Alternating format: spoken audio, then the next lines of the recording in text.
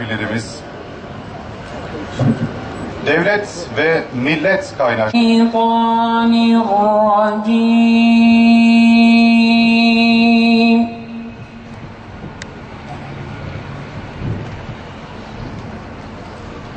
Bismillahirrahmanirrahim.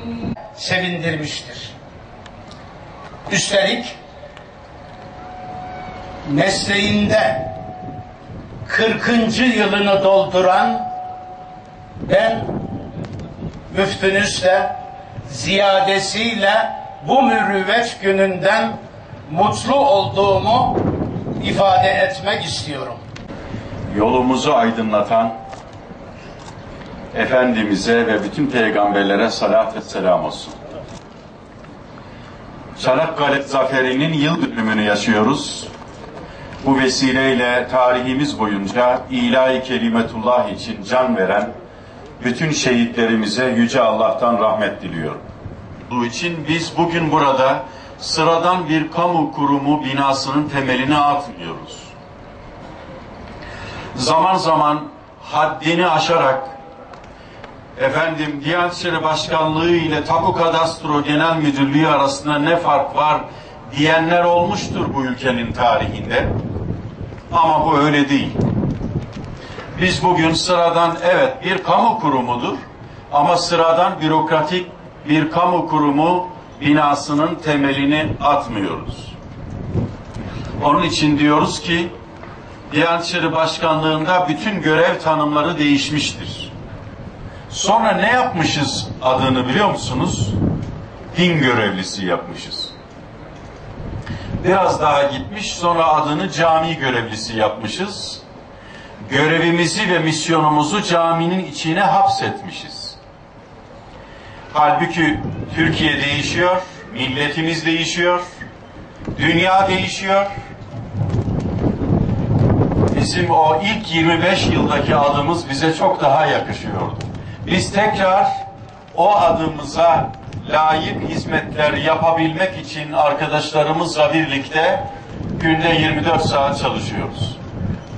İnşallah müessese olarak gecikmelerimiz var, büyük gecikmelerimiz var.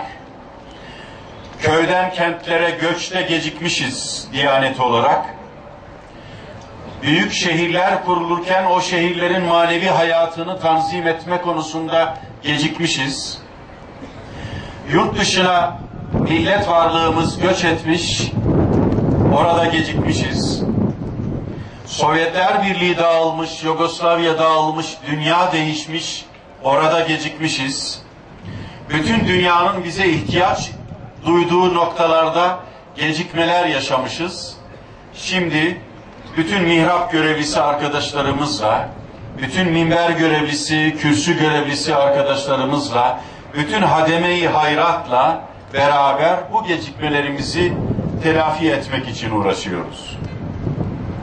İşte inşallah temelini atacağımız bu müftülük binamız ve diğer bütün müftülük binalarımız, diyanet sitelerimiz sıradan birer bürokratik kurum olmaz.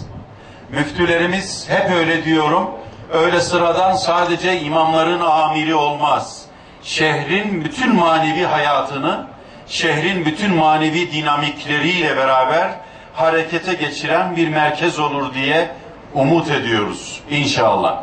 Rabbena ya Rabbena tegabbel minna inneke entes semi'ul alim. Makamını cennet eyle ve bu hizmet binasının tamamlanarak hayırlı hizmetlerde Gaziantep'imize ve gönül coğrafyamıza hizmet sunmasını nasip eyle ya Rabbi. Sübhane Rabbike Rabbil İzzeti amma yasifun ve selamun alel murselin velhamdülillahi Rabbil alemin. El Fatiha.